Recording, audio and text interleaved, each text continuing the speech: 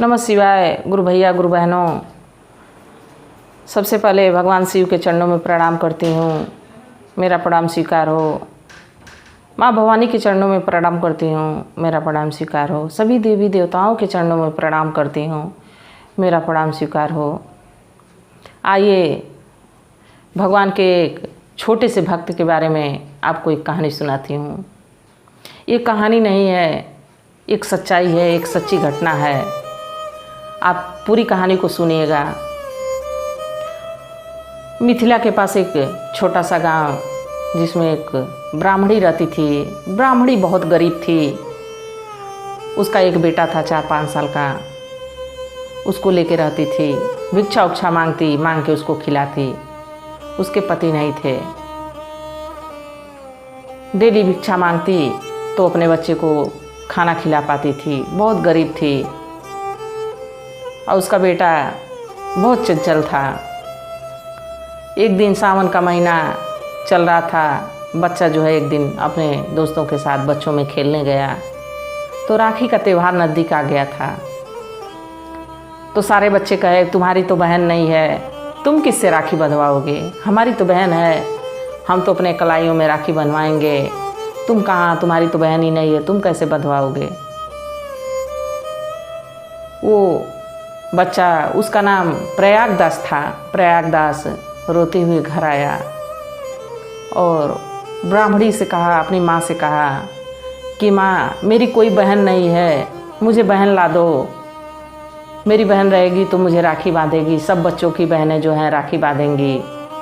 सब कह रहे हैं, मेरी तो कोई बहन नहीं है कि मुझे राखी बांधे। तो ब्राह्मणी बेचारी कही कि तुम्हारी बहन है। तो कहा, कहाँ हमारी बहन है? तो ब्राह्मणी कही, तुम्हारी बहन तो अयोध्या में है, उसका नाम जानकी है, और तुम्हारे बहनोई का नाम श्री राम है। यह कहीं बालक बहुत खुश हुआ।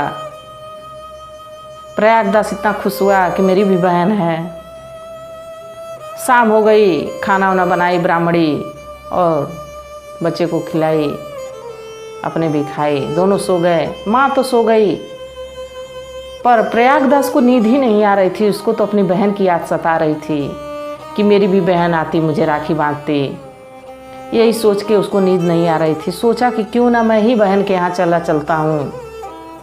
तो ब्राह्मणी कही थी कि नहीं बेटा, जब बड़े हो जाना तब जाना, अभी तुम छोटे हो, जाओगे तो भूल जाओगे। बार बार जिद कर रहा था कि बहन के यहाँ जाएंगे। तो उसको याद था कि अभी तो मैं छोटा हूँ, कैसे जाऊँगा। पर उसके दिमाग में यही चल रहा था कि कब बहन के पास अपने चला जाऊँ राखी बंधवाने। प्रयागदास उठता है और चल देता है रात को ही कि चलूँ अपने बहन के पास। निकल ही रहा होता है कि उसको याद आता है कि राखी बंधवाने के बाद बहन को कुछ देते हैं उपहार। अपनी माँ की एक फटी पुरानी साड़ी लपेटा और लपेट के लेके चल दिया। अरे प्रयागदास बेचारा छोटा सा बच्चा, नन्हा सा बच्चा, चल दिया अयोध्या के लिए। कुछ दूर गया, थक गया, छोटे छोटे पाँव, छोटा सा बालक। कुछ ही दूर गया कि थक गया, एक पेड़ के पास बैठा और सो गया। तो देखिए प्रभु की कृपा, उस पर भगवान की कृपा ऐसी हुई कि आँख खुली तो वो अयोध्या में पहुँच गया था। तो देखा कि अयोध्या है। किसी से पूछा कि कौन सी जगह है, तो कोई दुकानदार बताया कि ये तो अयोध्या है। बड़ा खुश हुआ प्रयागदास। कहा कि अब तो मैं बहन के ससुराल आ ही गया हूँ, अब तो बहन के घर पहुँच ही गया हूँ।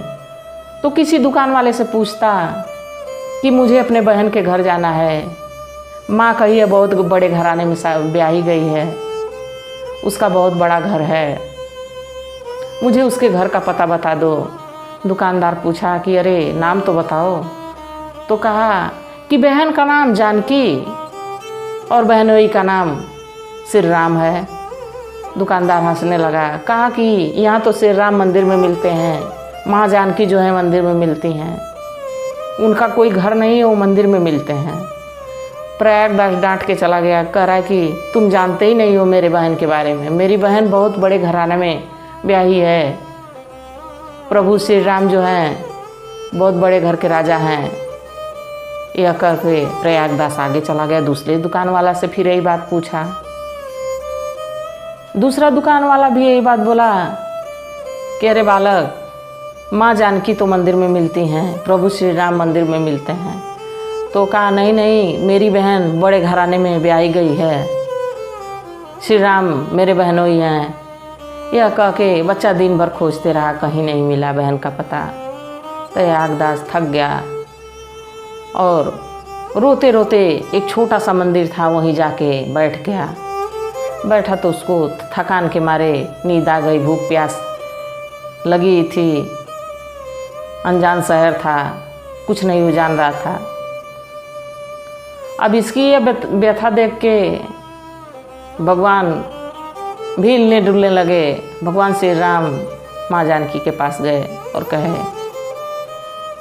चलो जानकी, तुम्हारा भाई आया है, राखी बांधते चलो। जानकी पूछती है, मेरा भाई? तो प्रभु राम कहे, हाँ तुम्हारा भाई आया है, उसको राखी बांधने चलो जानकी। माँ जानकी तैयार होती हैं, साजो श्रृंगार उनका होता है, तैयार होती हैं और प्रभु श्री राम हनुमान जी से कहते हैं कि सफ़ेद हाथी मंगाओ। सफ़ेद हाथी आता है, उस पे माँ जानकी प्रभु श्री राम सवार होते हैं। महावत जो है हाथी को हाँकने लगते हैं।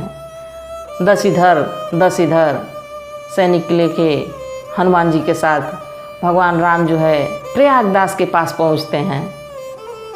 प्रयागदास छोटा सा बच्चा दूर से ही देखता है कि कुछ उजाला आ रहा है, डर जाता है, रोने लगता है।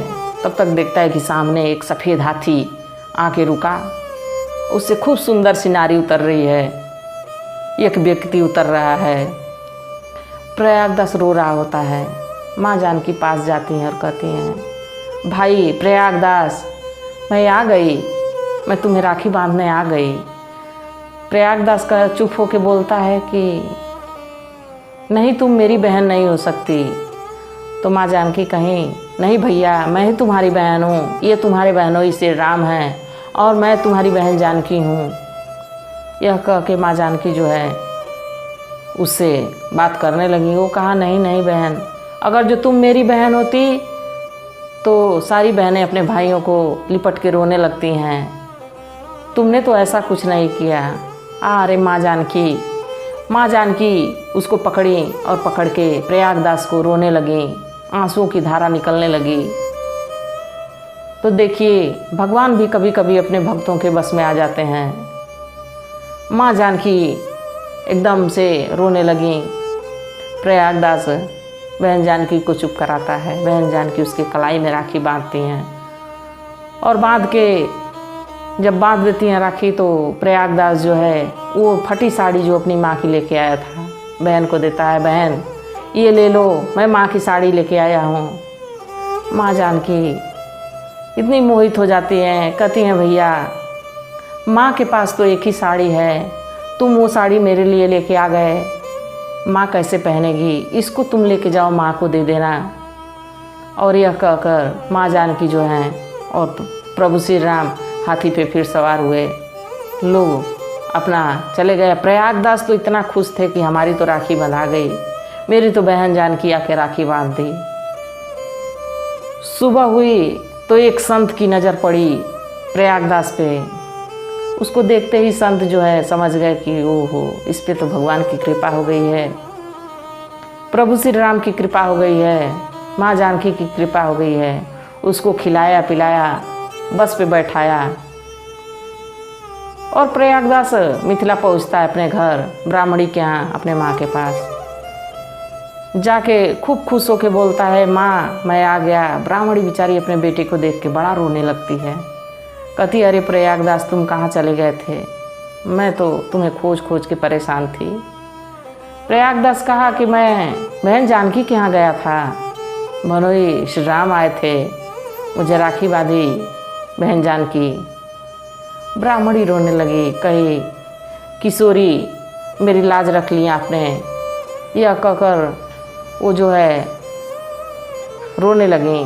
प्रयागदास बहुत खुश था, अपने दोस्तों में गया और कहा कि देखो मैं तो अपने बहन जानकी के पास गया था, बहनोई श्री राम के पास गया था, वो लोग सफ़ेद हाथी से आए थे और मुझे राखी बांधी। तो देखिए वो तो बच्चे थे, वो क्या जाने। ऐसी कह के प्रयागदास घर आया। कुछ समय ऐसे बीतता रहा। तो गरीबी ऐसी चीज़ होती है कि कुछ ही समय बाद ब्राह्मणी की जो है मृत्यु हो गई और प्रयागदास बेचारा अकेला रह गया। वो सोचा कि जब माँ मरी गई तो मैं क्या करूँगा अकेले, क्यों ना चलूँ अपने बहन के यहाँ, बहनोई के यहाँ। तो बेचारा अपना सामान वामान झोले में भरा और लेके चला गया अयोध्या। जाके वहाँ उतरता है, फिर अपने बहन का पता पूछता है कि मुझे अपने बहन जानकी के यहाँ जाना है, बहनोई राम के यहाँ जाना है।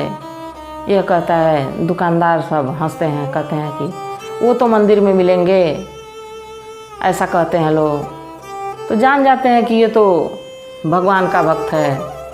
तो सारे लोग उसको वहाँ वो मामा कह के पुकारने लगते हैं, क्योंकि सारे लोग अयोध्या में जो है जानकी को माँ के रूप में देखते हैं। तो इसलिए उस नाते से उसको मामा मामा करने लगे। प्रयागदास कुछ दिन में पढ़ा लिखा बड़ा हुआ, संतों के चरणों में अपना रहता था, वहीं साधु संतों के पास पढ़ाई लिखाई किया। कुछ समय बाद थोड़ा बड़ा हुआ। एक संत महात्मा थे जो रामायण वहीं पे कह के सुना रहे थे कुछ भक्तों को। तो उसमें चित्रकूट वाला संवाद जब आया कि भगवान वन को चले गए, प्रयागदास एकदम गुस्से से उठा, कहा कि ऐसा कोई करता है क्या?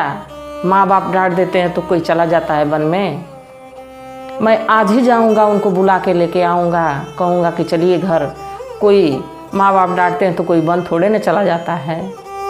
यह कहकर प्रयागदास कहा कि, और जो संत थे वो कह दिए कि वो तो नंगे पैर गए हैं।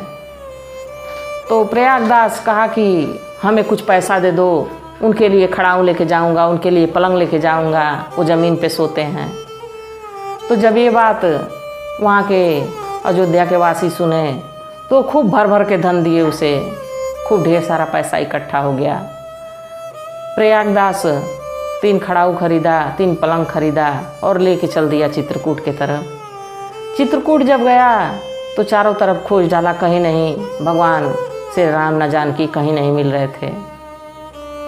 थक गया, शाम को पहुंचा मंदाकिनी नदी के किनारे। तो प्रभु की लीला, प्रभु फिर उसको दर्शन दिए। माँ जानकी कहीं, अरे भैया तुम? तो कहा, डांट लगाने लगा प्रभु श्री राम को, ये बताइए बहनोई साहब कि आप यहाँ क्या करने चले आए चित्रकूट में?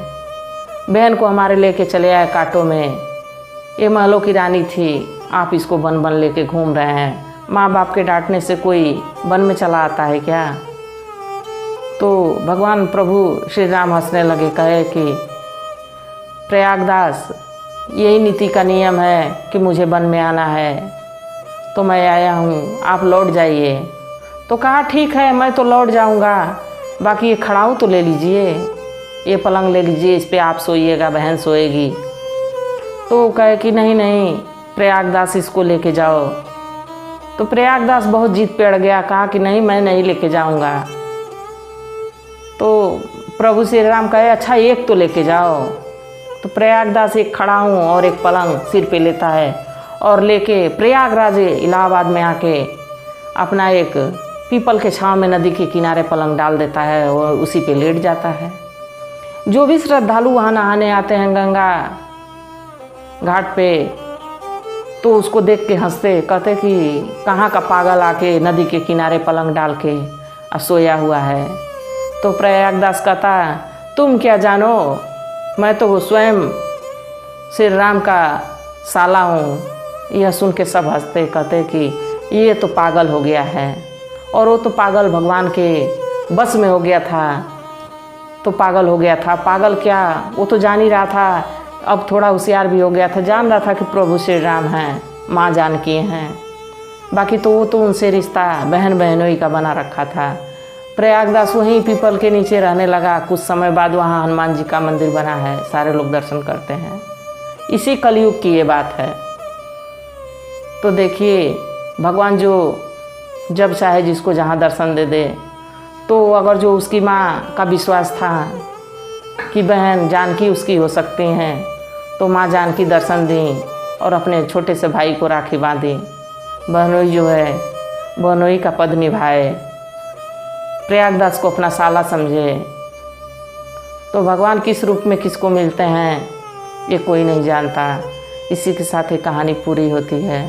कहानी पसंद आए तो लाइक शेयर सब्सक्राइब ज़रूर करिएगा और कमेंट करके बताइएगा कि प्रयागदास जितनी भक्ति से भगवान को माना उतनी भक्ति से आप मानते हैं कि नहीं। जय श्री राम लिख के ज़रूर बताइएगा।